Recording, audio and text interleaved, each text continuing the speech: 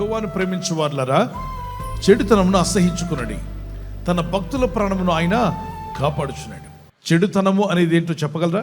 అనేక మాటలు, చెడ్డ మాటలు కావచ్చు, చెడ్డ చూపులు కావచ్చు, చెడు వినికిడి కావచ్చు, చెడు ఆలోచనలు కావచ్చు, చెడు తలంపులు కావచ్చు, చెడు స్నేహం కావచ్చు, చెడ్డ అలవాట్లు కావచ్చు. కాబట్టి చెడుతనం ఏదైతే ఉందో దాన్ని అసహించుకోవాలి. గద్దించు. అక్కడ నీకు చెడు తలంపులు వస్తే అక్కడ లేచి దేవుని వాక్యం చదువు, స్తుతించు, ప్రభుని గణపరచు, ఒక మంచి పాట పాడుకో, వాక్యం ధ్యానించు. దుష్ని ఆలోచన చొప్పున నడవక, పాపుల మార్గములు నిలువక, అపహాసకులు కూర్చుండే చోటును కూర్చుంటే యెహోవా ధర్మశాస్త్రం ఆనందించు, ఆయన దివారాత్మని ధ్యానించేవారు ధన్యులండి. తన కాలం ముందు ఫలించే చెట్టు వలె ఉంటాడు. దుష్టాలోచనలు ఫాలో చేస్తే ఫలము లేని చెట్టుగా ఉంటావు. పాపుల మార్గంలో నిలిస్తే ఫలము లేని చెట్టుగా ఉంటావు. అపహాసకులు పక్కన కూర్చొని వారితో పాటు అపహాసం చేస్తుంటే నువ్వు చూసి అపహాసం చేస్తూ ఉంటే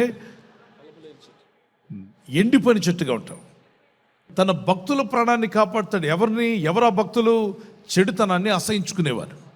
ఈరోజు చెడుతనం సమాజంలో చాలా విపరీతంగా పెచ్చుమెరిపోతుంది. అది ఏ దేశం అన్నా కావచ్చు, అమెరికా కావచ్చు, ఆస్ట్రేలియా కావచ్చు, యూరోప్ కావచ్చు, ఇండియా కావచ్చు, ఏ దేశం అన్నా పేరు చెప్పండి. African countries, European countries, middle east, అన్ని చోట్ల ఉన్నాయి, పెరిగిపోతూనే ఉంది. అయితే నీవు దేవుని కుమారుడుగా, దేవుని కుమార్తెగాని వెంబడించాలనుకున్నావు. నీ ప్రాణాన్ని ప్రభు కాపాడాలని కోరుతున్నాడు. ఎవరి ప్రాణాన్ని ప్రభు కాపాడుతారట? ఆయన భక్తుల ప్రాణాన్ని కాపాడుతాడు. ఎవరు ఆయన భక్తులు? ఆయన భక్తుల్లో ఉన్న క్వాలిఫికేషన్ ఏంటి? వారు చెడుతనమును అసహించుకుంటారు. ఏదైతే చెడుని తెలుస్తుందో దాని పట్ల నీకు అసహ్యం కావాలి. చెడ్డ మనిషిని అసహించుకోవద్దు. క్రైస్తవుడు చేయవలసింది పాపిని అసహించుకోవద్దు, పాపమును అసహించుకో. పాపిని ప్రేమించి ప్రార్థనలోకి నడిపించు, రక్షణలోకి నడిపించు. పాపులను ప్రభు యొద్దకు నడిపించు. ఆయన పవిత్రపరుస్తాడు, పరిశుద్ధపరుస్తాడు. ప్రభు వారిని విడిపించగలడు, నిన్ను కూడా విడిపించాడు. కాబట్టి వీడు పాపి, ఆమె పాపి అంటూ వెళ్ళొద్దు. వారిలో ఉన్న పాపాన్ని అసహించుకొని వారిని రక్షించాలని ఆలోచించాలి. మీ బిడ్డలో చెడుతనం కనబడితే ఈ చెడ్డోడాన్ని బయటికి నెట్టేస్తున్నావా? ఆ చెడుతనం పోయేలా ప్రయత్నం చేస్తామంటే చెడుతనం పోయేలా ప్రయత్నం చేస్తాం. చెడ్డ మాటలు ఆడకూడదు నాన్న, చెడ్డ మాటలు, చెడ్డ ప్రవర్తన వద్దు, ఆ చెడ్డ వాటితో సాహసం చేయొద్దని చెప్తాం. ఎందుకు చెప్తున్నామంటే నీ బిడ్డ కాబట్టి.